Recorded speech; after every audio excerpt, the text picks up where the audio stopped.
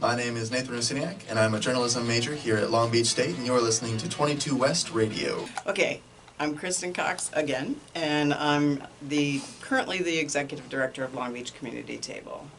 Excellent. So a bit about the show, what I do is I start off from the beginning with my guests, starting with, life growing up. What was your childhood like, especially elementary school, and did you grow up with siblings?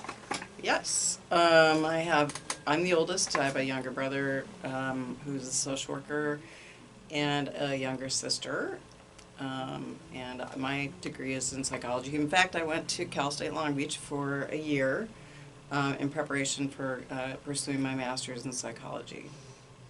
And I actually had 2 kids go here as well. One's graduating this spring, and one graduated in 2018 with chemical engineering, and my daughter is communication. Go Kira Cox.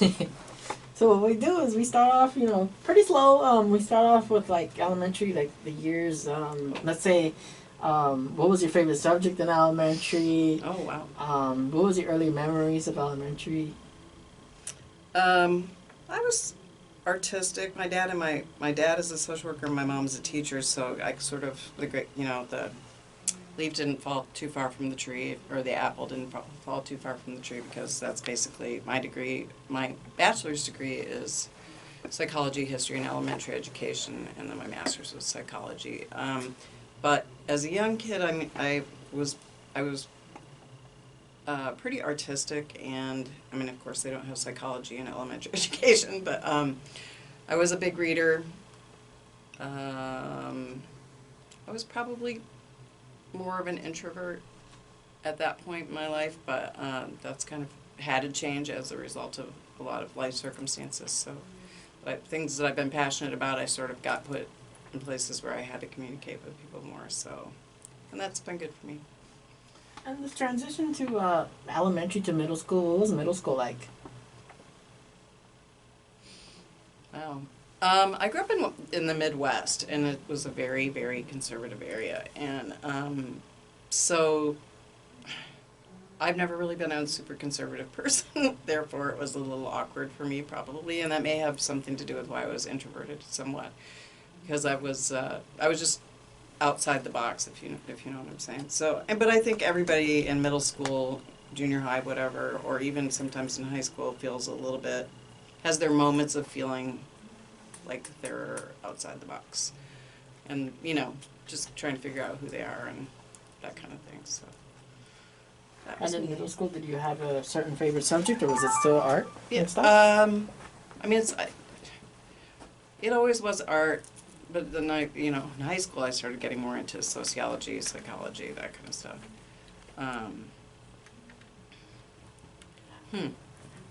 haven't thought about this stuff in a long time. So I think that I was always drawn to the underdog, and that still has something to do with why I'm, doing what I'm doing right now. Like, my kids were definitely raised that way too, to be, to notice the kid on the school ground that wasn't, that was alone or whatever, and needed somebody to come over and chat with them or have lunch with them or whatever. And so all of my kids have gone down that road, and I think I was that way too as a kid. I know, the switch from middle school to high school, what was high school like? I worked a lot in high school, actually.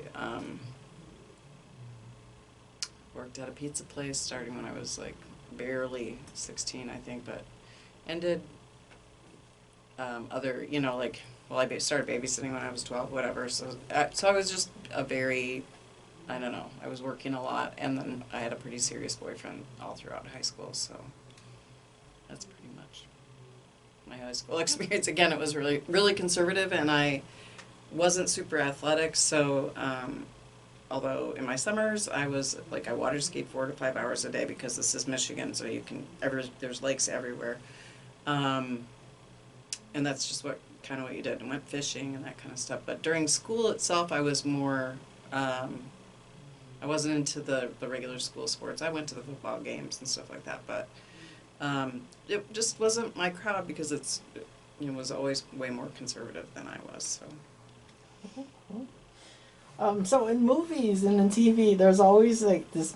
I don't know. You always see it on television shows or movies, where all of a sudden in high school you have the different tables during the lunch area, where you have the jocks, the nerdy ones, the band, and all that. Mm-hmm. What do you associate with during lunch? Our school, we were able to leave campus, so, because it was like in the middle of rural Michigan, but there was like a McDonald's across the street. At that time, that was like the cool thing to do. So I went to McDonald's, or I hung out with friends or whatever in the parking lots, and, but there was never a, let's see, I guess if I had to say what crowd I hung around with. Some were cheerleaders, but not really, like not the super social type of cheerleaders. Just a little bit of everything. There wasn't really a specific group that I hung around with the most. Cool. And of course, senior year, everybody usually looks forward to like all these activities going on, like prom and all that. Did you get to partake in all those activities? My school didn't allow dances. Like Footloose. It was totally, it was very, very much like Footloose. If you've ever seen that movie, it's an oldie for you guys probably, but when that came out, I was like, that was my high school. Like, you couldn't, in fact, I'm wearing jeans right now, and women were not allowed to wear jeans. We had to wear skirts below the knee. So that's how conservative it was. So we didn't have dances. We just, the main functions that everybody did outside of like, high school parties and stuff like that, but were the football games and that kind of thing, but not really socially. It wasn't, you weren't even allowed to play cards. And then there was, you could go to movies and they had pig roasts in the middle of snowy fields and stuff like that. That was, it was that rural, so. So yeah, no prom. We had a senior banquet. I did have dates for that, but there was no dancing allowed.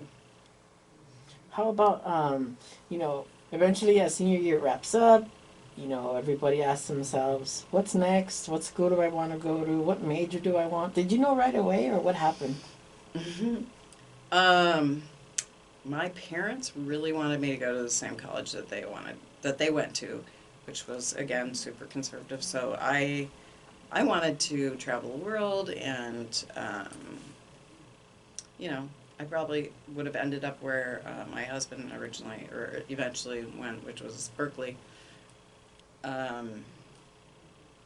And yeah, so we kind of joke around because I went to literally John Calvin College, which is super, super, super conservative, and I'm less conservative than my husband by a long shot. So, so he went to Berkeley, and somehow we met in the middle, and that's that story pretty much. But no, I wasn't 100% sure what I wanted to do, which is how I ended up with a triple major. I ended up with psychology, history, elementary education, because I kind of wanted to do all of them, and in retrospect, I probably would have done law, but or poli-sci, but that wasn't really a girl neither of those were really girl subjects back then, if you get what I'm saying. So, so I kind of followed in the more feminine roles.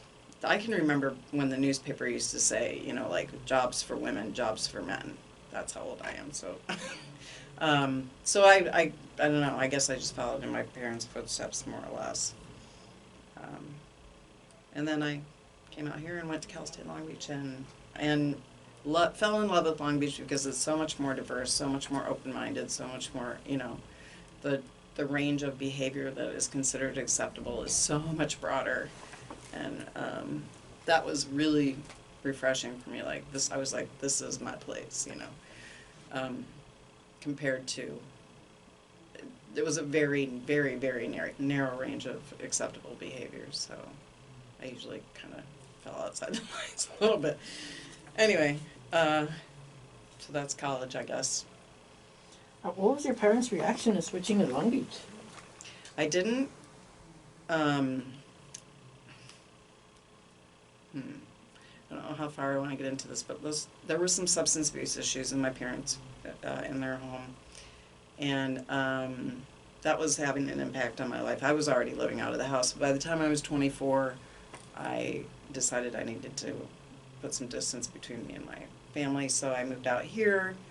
Then I worked for McDonnell Douglas for a little while because that's in Long Beach, those were the jobs, the aerospace jobs. And did accounting and whatever else. And then I decided to go back to school for my master's. Then I came here, did my 1 year prerequisites like statistics and those kinds of things, which are not my favorite classes.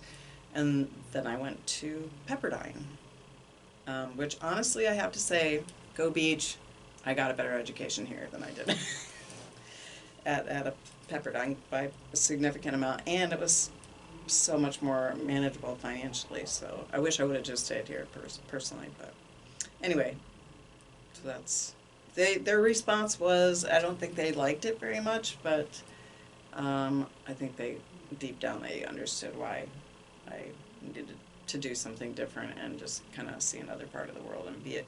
In between there, I actually, when I was getting my bachelor's degree, I did go to school in Spain for 6 months, and after doing the Spain thing, could not handle another semester in super rural Michigan, so I knew I was moving after that, basically. If that makes sense. Another thing is, every time you started a new school, did you at least get to start off with friends? How was that feeling that first week, that first day? Were you lost? The sizes of the campus, etc.? Okay, so because I went to small conservative Christian schools, they were very small. My entire graduating class from high school was 156 people, I believe.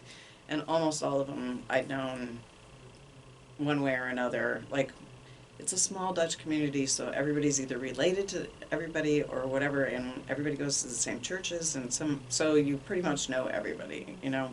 It's just so all the feeder little teeny schools led to the high school, which is a total of 450 people at that time, 3 classes.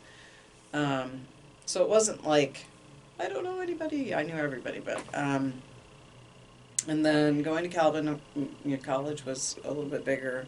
Moving out here, well, going to Spain was life-changing, and then moving out here was also life-changing, especially to Long Beach, because I originally landed in Orange County, and I was like, this still isn't it, and then I tried Long Beach and just fell in love with it, so, and I've always been, this is like, it's definitely my home. I've lived here for over 30 years, and I don't want to live anywhere else ever.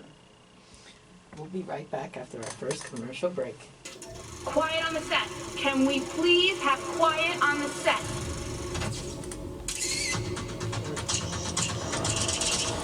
Hey, I'm Rob Flores, the host of the Golden Spotlight. Join me every Monday at 8 p.m. Pacific as I showcase a variety of guests. I lost my vision in 1997. I am what they refer to as an exoneree. Hi, I'm Carla Perez, otherwise known as Rita Repulsa, Mighty Morphin Power Rangers, a television series. As people have told me before, like, you're really funny, you should try stand-up. And that's probably how every comedian starts. Took an EMT course 6 months later, and the next thing I know, I was a firefighter. I studied for a little while at the U.S. Institute of Peace. Every week, someone steps into the spotlight and shares their story. You never know what we have in store on 22S Radio.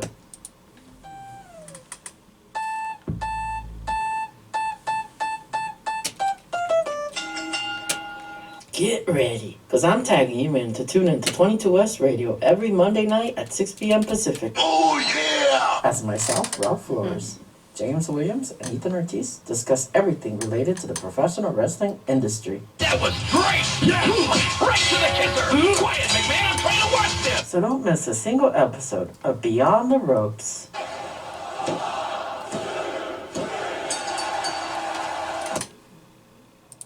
According to the Pacific Institute, in 2015, half of the water used by the typical California home went toward landscaping. Water-hungry gardens can contribute to drought and the depletion of one of our most essential resources. Choosing locally native, drought-resistant plants can help conserve water and lower water bills. These plants are able to flourish with little water and despite high temperatures, requiring low maintenance. To find a list of drought-resistant plants native to your region, visit cnps.org. This message has been brought to you by the Environmental Nature Center. Hi, this is Cassius. And this is Hui. We're the hosts of Listomania, and you're listening to 22 West Radio.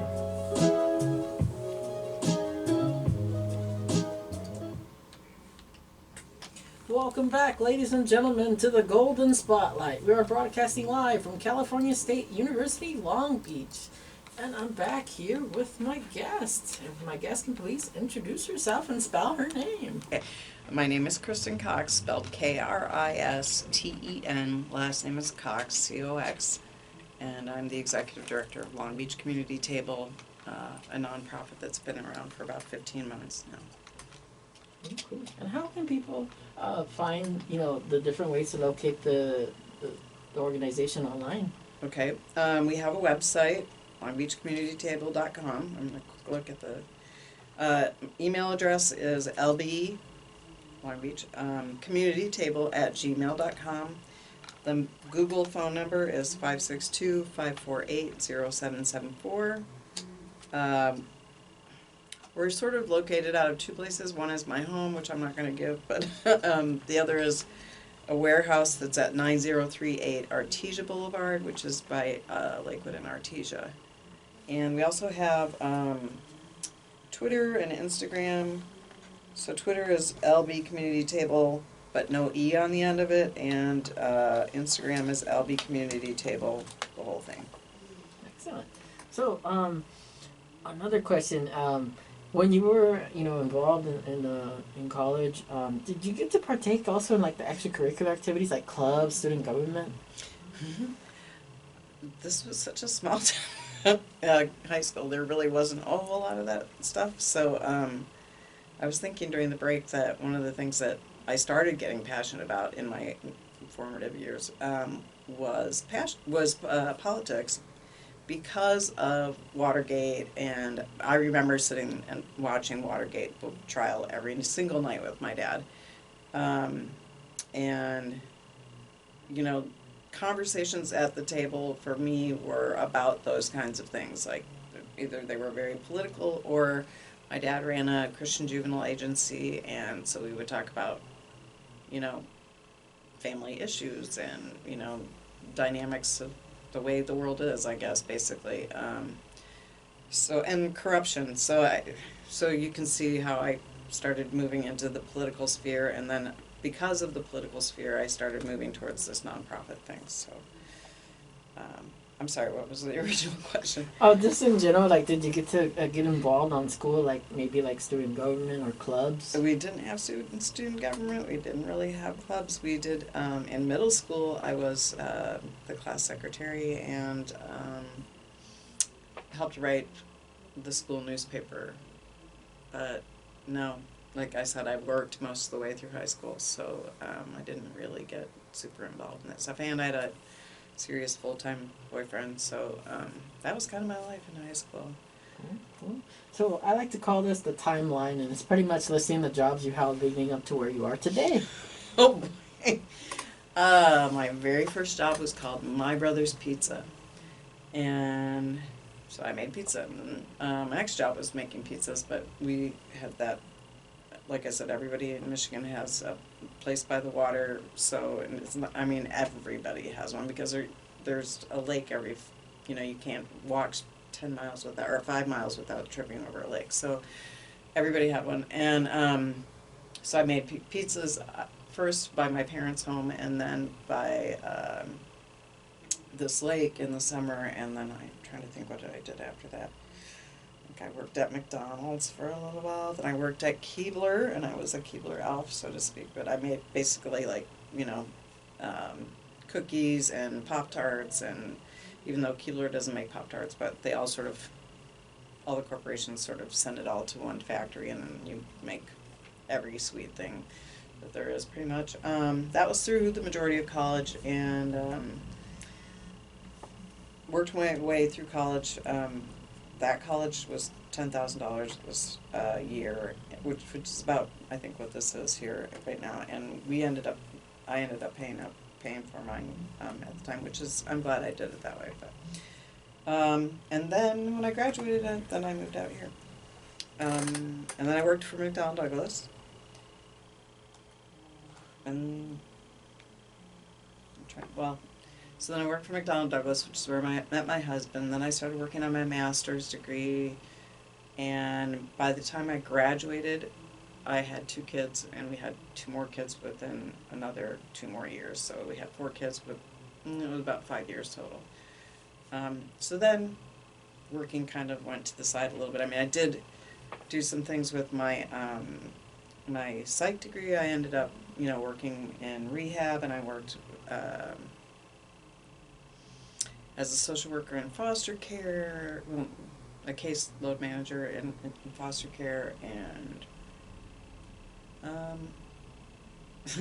and then after that, then I started getting more politically active, but also just to have time with my kids. I started doing screen printing just so I could be, like interacting with their coaches in high school or whatever team, like maybe it was an academic team or whatever it was, so that was a way for me to be more involved in what they were doing, but also to connect with the people that were around them, so I knew that they were around,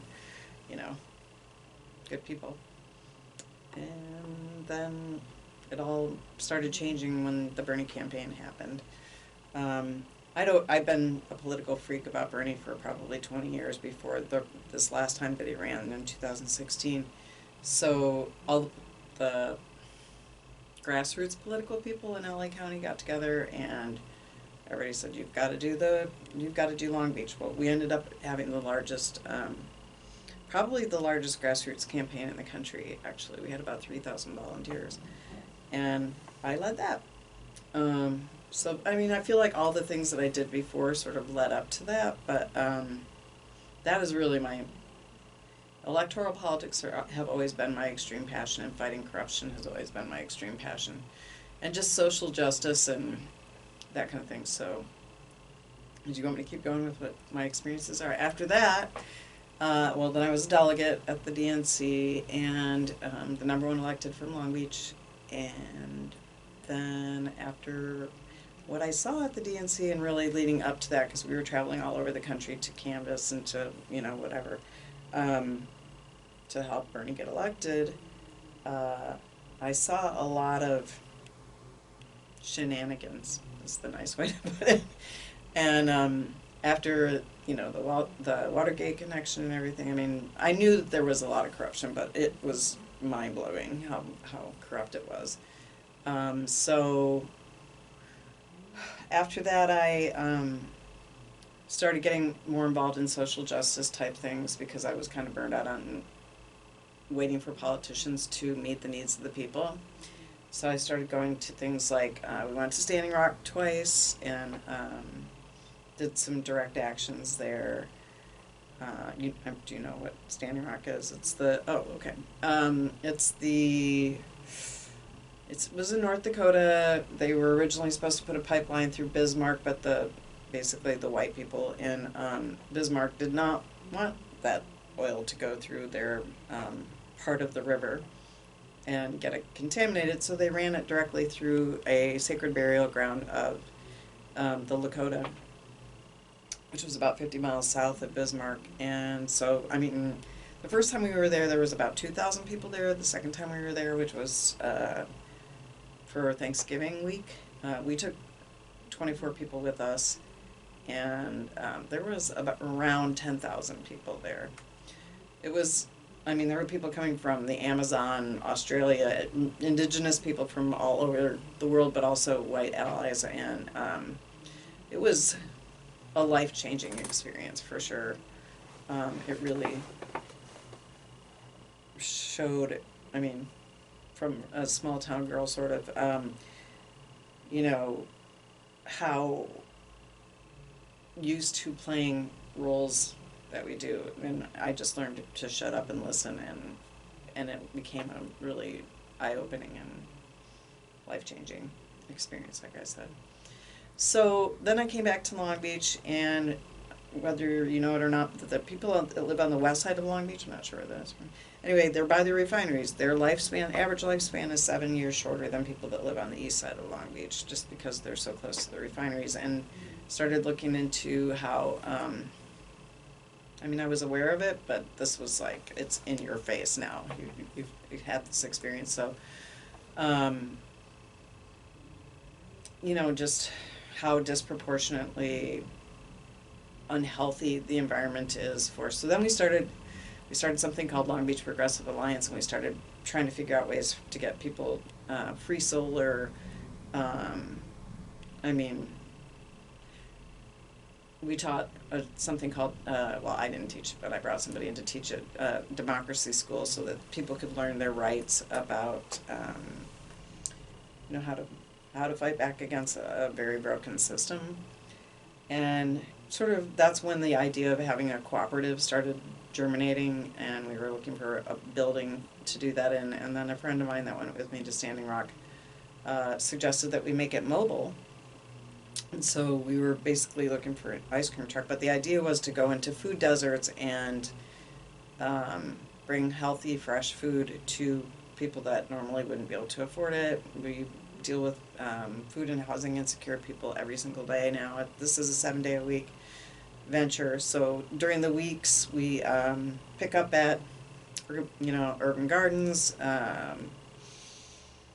schools, whatever, wherever there's potential food waste, but ideally we get the healthiest food that we can, and then we bring it to low-income seniors who have to choose between having a roof over their head or a prescription or food. Veterans, students. We have, like, Wilson High School has 250 self-identified homeless kids. And just started kind of doing it all over. We go to parks, we go anywhere we you know, can connect with people that are food or housing insecure, and try to lift them up a little bit, because the deepest idea of Long Beach Community Table is community. To build the community, because after my political experiences, I feel like it's not really a right versus left situation, or a red versus blue situation as much as I used to, and now I think it's more of a class war kind of a thing. So it's the 1% versus the rest of us, and I think more and more people are becoming aware of that. It's it's being talked a lot about in this election cycle. So I think we're raising consciousness. We're also teaching people about sustainability, like how to garden, you know, even a window box if you're in an apartment or whatever. And that saves you money, and it's healthier food, and it's better for the environment, and because the average piece of fruit comes 1,500 miles. So we're just trying to, you know, it's very intersectional basically, and we're trying to do our best to raise everybody's awareness, because I think, my opinion is that the economy is going to get tougher and tougher on disproportionately people of color, but I mean everybody's going to be affected, and we all need to learn to pull together and look past those differences as much as possible, and be supportive. Like Cuba did, a friend of mine was in Cuba when this happened. When the peak oil crisis happened, the entire island had to pull together basically, but they did it by very organized, like by block, and everybody took care of who was on their block, and they had like block captains, and everybody had to switch from oil to horses and solar and whatever, so that they could produce enough food to survive. And now Cuba's now considered the most sustainable country in the world. So I feel like that's the direction that we need to start moving in, and Long Beach Community Table is like scratching the surface of that, but there's a lot of people that are trying to use what we're doing as a template for a bigger, you know, more national thing. It's popping up all over the country, this kind of, the sustainability, the, you know, learning about healthier ways to eat, grow your food, take care of yourself, take care of your neighbors, you know, just, it's, like I said, it's intersectional, so. Does that answer your question? Cool. Okay, good. Another thing I asked my guest is, where do you see yourself after retirement, and what would you like your legacy to be? Wow. Retirement. I don't know. My husband and I joke about whether or not we'll actually ever really retire, but this is pretty hard work for, even, I'm at least 10 years out from retirement, but it's a very physical job. So like today I lifted probably 1,000 pounds of food, brought it to the veterans, brought it to a sober living home. We bring stuff to other nonprofits as well, but so you can only do so much of that. And I'm moving more into the administrative stuff, and the older people that started this are moving towards administrative. But thankfully we have great volunteers from Cal State Long Beach, from nutrition classes to poli-sci classes, and then other local colleges have come, been sending a lot of their sociology students and so on, poli-sci, like I said. But so I guess what I see myself doing, I'm not getting paid for this, and I'm hoping that at some point we'll get enough good grants that I'll be able to at least pay for the gas that I'm putting in my vehicles and that stuff. But it's not, obviously that's not what this is about. It's a bigger, much bigger thing. So what I hope is to see more and more of these kinds of groups connected and networking. And one of the things that we're working on right now is trying to get classes for parents with children, young parents with children age 0 to 5, so we can start building community there, so they're connecting, because being a young mom can be, with a bunch of little kids, can be very isolating. It's very hard to get out of the house. You can't get groceries very easily. Everything's a chore, and it's very hard to make friends that are also going through the same thing. So we're trying to start these young mom and dad groups where there will be classes on everything from how to relax to parenting, yoga, meditation, financial literacy, legal advice in case, for whatever reason, because we all need that, how to balance a checkbook and make healthier food and be more nutritious. In fact, like I said, there's a nutrition class. Rachel Blaine, I believe is her name, that runs the class, and she's sending some of her students, and hopefully they will be teaching nutrition classes for us. But we're gonna have jewelry making, and which could also lead into potential work, interviewing skills, resume writing skills, but also the bigger thing, in a way, these skills are important, but is the social connections that these women and men are making, so that they don't feel isolated, because financial stress and being isolated and having several little people running around you that can't even speak to you can be really depressing, actually. And we've got a political atmosphere where people are already struggling so much. So we're trying to find ways to pull people together to connect and feel supported and feel like they're not on their own completely, and that there's somebody that can give them a little lift up. But a lot of times we've been fortunate with this, that a lot of our volunteers take food home with them, like they're students and they're struggling too. We've had people that lived on the streets, we've had people that lived in their cars, we've had, but they all have found a way to sort of almost all of them have found a way to lift each other up, and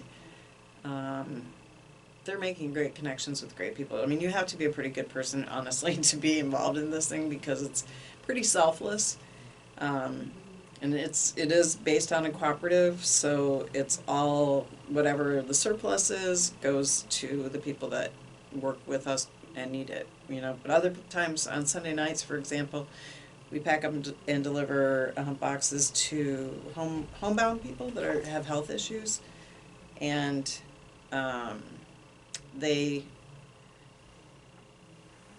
sometimes they send their siblings in, or their family members in, or whatever, and that's another way for them to get connected to people that So it's just a constant. Like, we get so much food from, I should plug for from Food Finders and Food Forward, that last year we served over 300,000 pounds of food. Also from our gardens, we've been building about one garden a month. So if there's surplus food from that also goes out to the parks or to whoever. And I mean, this thing has taken off so much faster than we ever expected it to. That it's just been kind of mind blowing, and like, you know, you're like a runaway train, and you're sort of flapping behind it and trying to keep up with it. But because the need is so great, and the numbers of people that come to the parks or, you know, are waiting for us, has been increasing like exponentially. So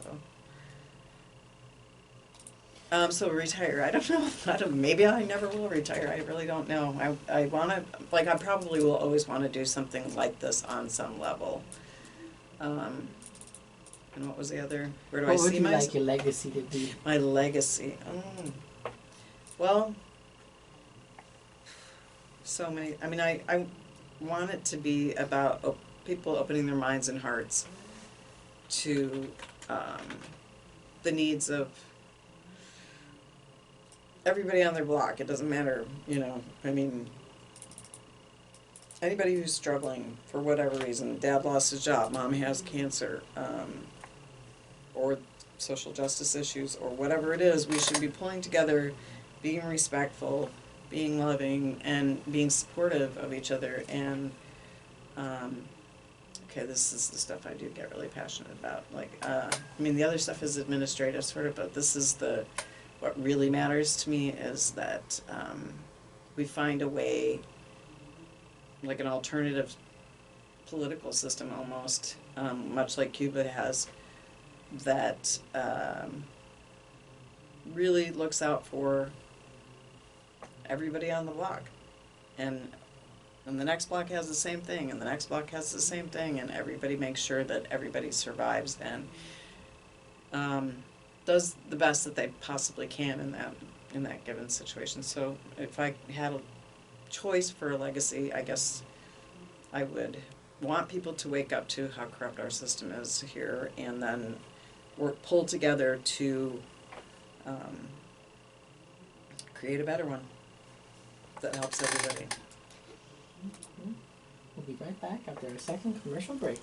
If you're listening, whoa! You're listening to 22 West Radio, the new home of K-Beach. And if you're listening on your desktop or through our website, you may want to take us along for the ride anywhere you go. It's so simple to do. All you have to do is download the free Radio FX app from the App Store. Then when you install it, just search for 22, type the number 22 in the search box, and then hit the star to favorite it. That way, 22 West Radio will always be at the top of your feed on the Radio FX app. It's Radio FX. It's free at the App Store. Do it today.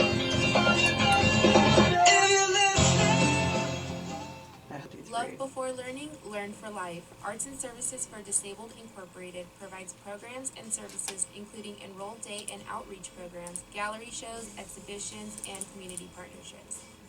We really focus on abilities versus disabilities, allowing people to learn to express themselves through evidence-based music and art therapy. And one of our biggest goals here is to create inclusion through creative arts and really bring our population into the community and allow them to be integrated into society. To donate or for more information about Arts and Services for Disabled, www.artsandservices.org. 22 West. Ladies and gentlemen, welcome back to the Golden Spotlight. We are broadcasting live from California State University, Long Beach. This is 22 West Radio. Now, ladies and gentlemen, I'm back here with my guest, and once again, to reintroduce my guest. My name is Kristen Cox, and I'm the Executive Director of Long Beach Community Table. Excellent. Now, another thing is, can you explain to our audience also, if they haven't heard of, what is a cooperative? A cooperative is, the idea is that everybody has an equal say, so it's one vote. It doesn't have the same type of hierarchy. Everybody works together for the same purposes. They may have separate jobs, but everybody learns all the jobs so they can have feedback on. Like at our next general meeting, I'm going to give a plug, is February 26th at Long Beach Forward, and that is at 425 Atlantic, which is downtown. And it's at 7 p.m. We usually do a potluck. And we sit there and hash out ideas, or, like people come up with new ways to do things that work better or might, potentially work better, and we vote on whether or not we're going to try that. Or they may say, oh, I'm really frustrated because this thing keeps happening. What do you think we can do? And people throw out ideas and that kind of thing. So, but the bigger part of it is that everybody benefits equally from it. So, because we mostly have a lot of food, a lot of clothing, and some hygiene products and that kind of thing, which, by the way, if you ever want to donate hygiene products, that's what we need the most. So please use that email address that I gave earlier, which is longbeachcommunitytable@gmail.com. Anyway, we all are supposed to, the idea is for everybody to benefit to the degree that they need to, and to the degree that they put effort into the organization, basically. So if you really don't put that much effort into it, then also don't expect to take, my feeling is everybody has a right to eat, for sure. And, but if you're able-bodied and you just don't have enough interest in it or whatever, then you're probably not going to play as big a role in you know what I'm saying. But then, but we do have some fantastic volunteers, plugged to Isaiah and Lane, and quite, like I said, quite a few students from local colleges, including Cal State Long Beach. So, so we haven't had a journal meeting in a couple months. I'm really looking forward to this one because it's going to be a bunch of new ideas and a bunch of new understandings of because we've changed. As we grow, we obviously evolve, and so there's new needs to be considered, and I'm excited about that. So does that cover what a cooperative is? Actually, Dr. Alfredo Carlos, who is a professor here at Cal State Long Beach, I would highly recommend his class, and he's sent students to us as poli-sci department.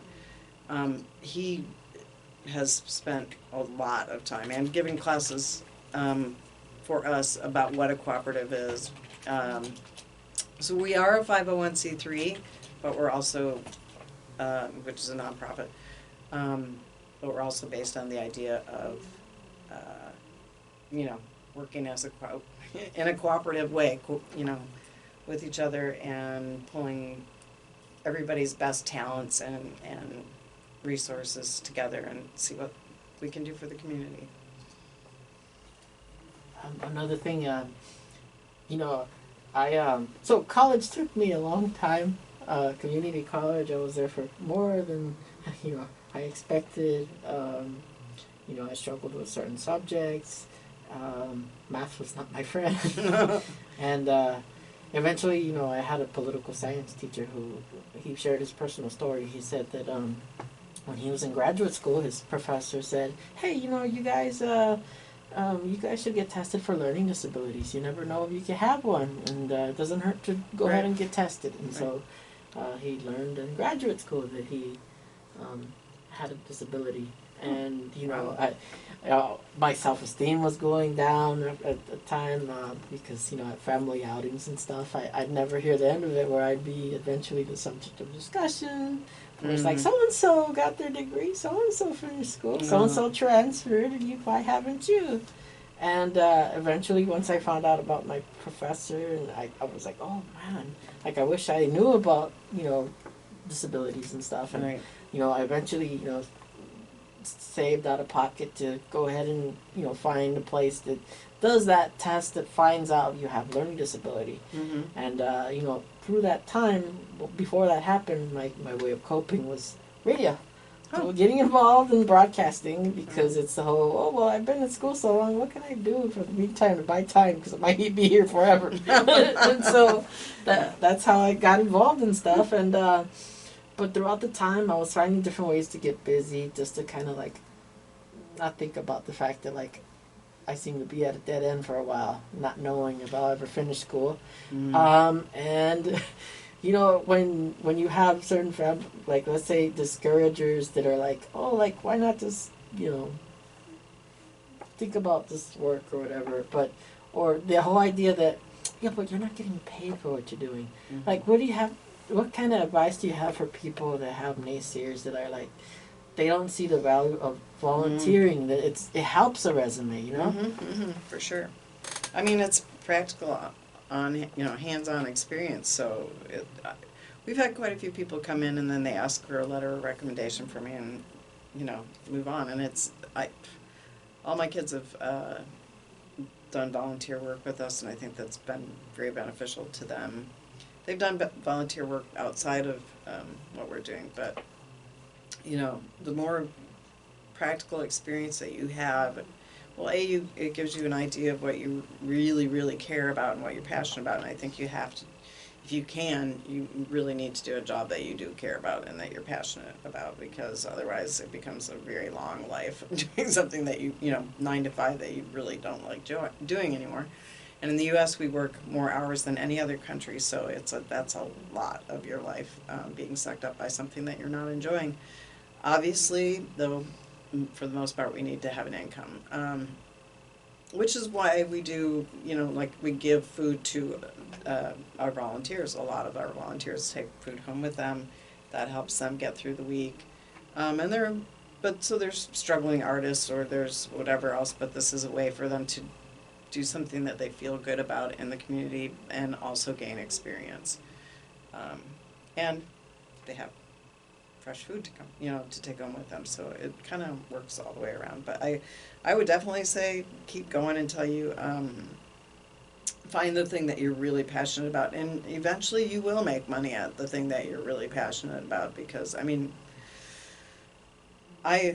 we're right now working on a grant where I could potentially get paid, and honestly, I would rather have the money go back into the growth of the nonprofit at this point, because so much is happening so quickly. But at some point, yeah, I'd like to, because we actually have 3 kids in college right now, so it adds up. But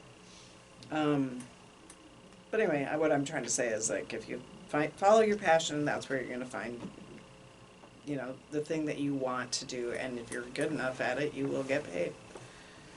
Another thing that I feel is important to address also is, in life we can face rejection. Sometimes, we might not get the things we want, or it might take a little longer. Mm-hmm. But what tips do you have for people that, are facing rejection? Wow.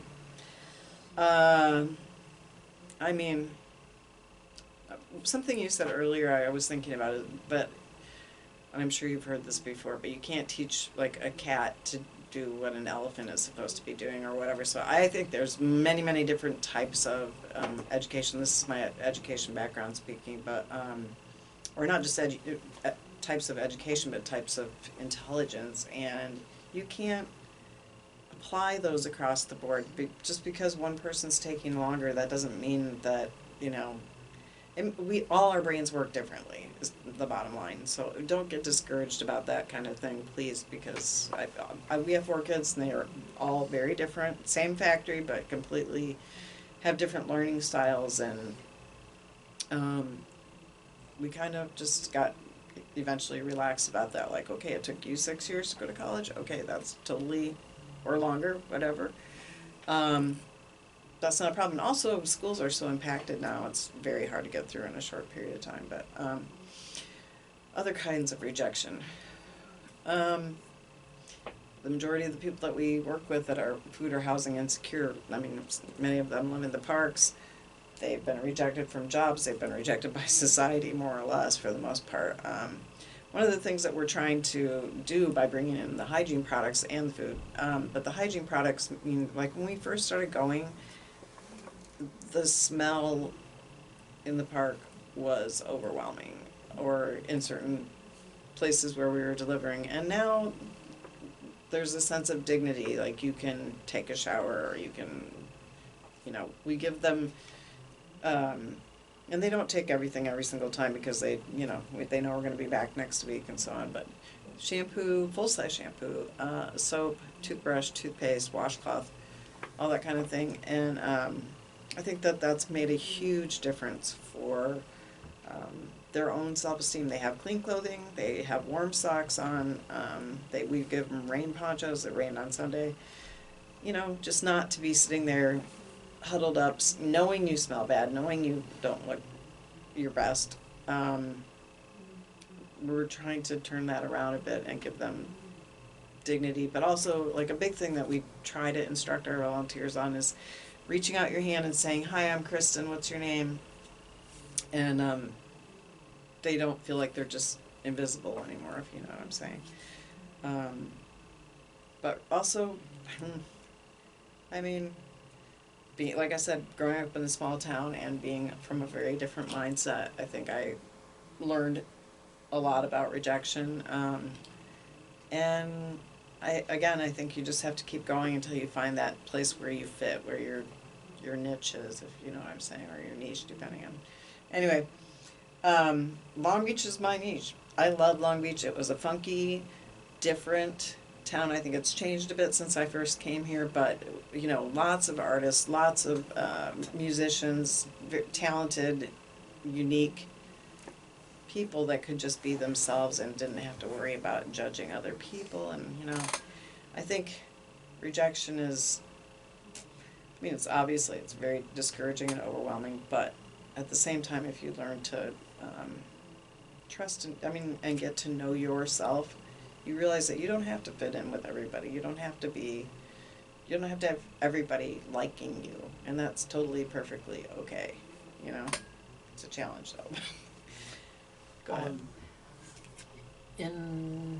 I always like to think that you never know who can be listening, and chances are there's a particular audience member right now that's listening to the particular guest I have. Maybe it was the life growing up, maybe it was the degree they pursued that they achieved, or the career that they have and they want to follow in that guest's footsteps. What advice do you have for someone that's interested in doing what you're doing? Call me. Or email me. That's even better. Because, yeah, I mean, if you're interested in helping the community, if you don't want to do exactly what we're doing, we're connected to practically every other nonprofit in the Long Beach area, so we can maybe find the right, the more suitable place for you. But I mean, again, I think it goes back to what's your passion. If you really, really care about people, nonprofits are a good way to go. Granted, there are some nonprofits that maybe don't have their hearts in the right places as much as they should. But we are definitely that group that is putting themselves out there and trying to, you know, do everything we can to help lift up the entire community as a group, not as, you know, just focused on one little segment or whatever. We're doing everything we can to lift everybody up. Also, lastly, I was wondering, can you explain, the benefits also of, trying study abroad, what was your memories like of it? My goodness, that was amazing. Especially after being from a fairly rural area. It was, well, I mean, California is obviously a very, very different culture from the Midwest. But going from, like I said, a very super conservative high school and so on, and college, to going to a place where you could just be yourself. And I mean, I lived in Sevilla, which was a larger town than I was used to. Nobody knew me. I mean, I knew a few of the students, but I totally recommend studying abroad. It gives you a huge sense of, if you're in your early 20s, I was in college when I did it, it's that moment in your life when you realize I can be 100% on my own and I can survive it. And that's really great for your self-esteem, but also just being exposed to other cultures. It just opens your mind completely to, wow, there isn't just one way to do things. There's a unlimited number of ways to do things, and just find the one that fits for you. I absolutely would recommend. Like, two of my sons went to Japan last summer just for short periods of time, but they both had fantastic experiences. My daughter's been to Australia and Greece, but they all pay for their own trips, and they have a fantastic time. But I know there's like scholarships and programs that you can get involved in and help finance it. But if I could recommend anything to anybody, I would absolutely say go, even travel the United States, but especially try to get out of the country, because then you really get exposure to very different ways of looking at the world and cultures, and it's amazing. Well, I want to thank you for taking the time to be here on the Golden Spotlight. Thank you. I appreciate being asked. Ladies and gentlemen, this concludes this episode of the Golden Spotlight. Until next time, folks.